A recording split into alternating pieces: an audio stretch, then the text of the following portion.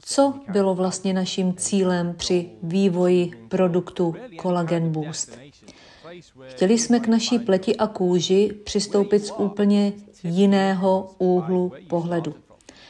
Chtěli jsme přistoupit k pleti z hlediska zdraví a zaměřit se na ten krásný a zářivý výsledek tím, že skutečně optimalizujeme zdraví.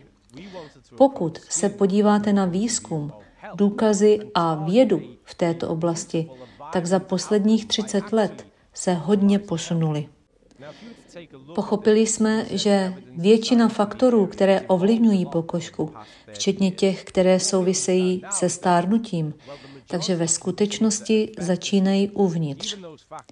Pochopili jsme, že se musíme zaměřit hlavně na tyto biologické a systémové faktory, abychom dosáhli výsledku, který se projeví na pokožce mnohem silněji. Takže přesně to jsme udělali. Když jsme začali tvořit tuto formuli nebo koktejl, tak jsme o tom přemýšleli zdaleka jiným způsobem, než jak o tom běžně přemýšlí ostatní. Zaměřili jsme se mnohem více na to, co je skutečně potřeba udělat. A tak je naše složení výrazně odlišné od všeho, co pravděpodobně uvidíte na trhu. Nejprve jsme se zaměřili na základní potřebu, na kolagen. Řešili jsme, jaký je ten hlavní typ kolagenu, který potřebujeme k dosažení toho nejlepšího výsledku. Běžně existují 3 různé typy. Máte typ 1, který se zaměřuje na kosti, pojivovou tkáň a kůži. Typ 2, který se přímo soustředí na chrupavku a závěsný systém v kloubech. A pak typ 3, který se zaměřuje na jiný typ pojivové tkáně, abychom brali v úvahu i střevní stěnu a celkovou kardiovaskulární strukturu. A tak jsme hned od začátku věděli, že abychom dosáhli požadovaného výsledku a dostali se tam, kam potřebujeme nejlepší typy kolagenu typu 1 a typu 3. A tak jsme přesně tohle udělali. Získali jsme nejvyšší MSC certifikovaný kolagen typu 1 a 3, který se vstřebává 1,5krát lépe. To byl ten náš výchozí bod. A co jsme udělali dál? Šli jsme na vrchol. Rozhodli jsme se nestrácet čas s malou dávkou, prošli jsme výzkumy a rozhodli jsme se rovnou pro 8 gramů. A tady je náš další krok. Tady je další věc, kterou vám vysvětlím, a to byla kyselina hyaluronová.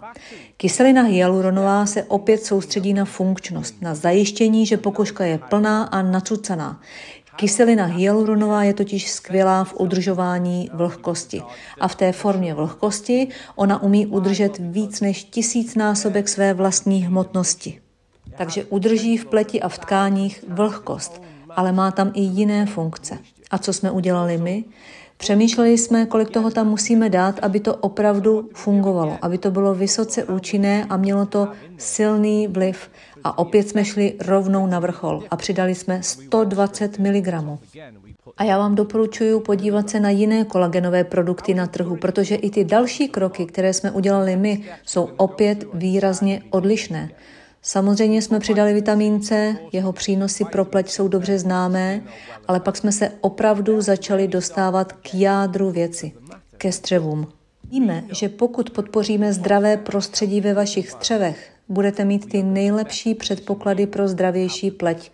Proto jsme tam přidali prebiotika.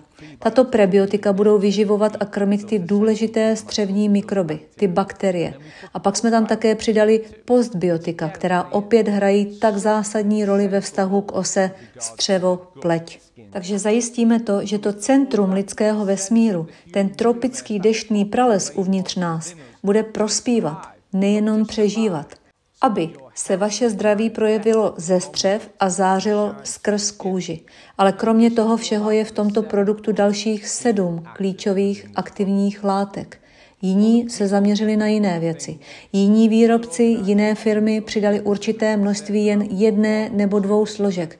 Ale bylo by těžké najít, pokud vůbec, jednu směs na trhu, která toho dosáhne tolik v jednom produktu. Jsme nesmírně hrdí na to, co jsme dokázali. Znovu jsme na světový trh přišli s inovací. Zaujali jsme místo v čele, abychom vám poskytli produkt, který nejen zjevně zlepší vaši pleť a dodá vám lepší a zdravější vzhled, ale skutečně vám poskytne i lepší zdraví.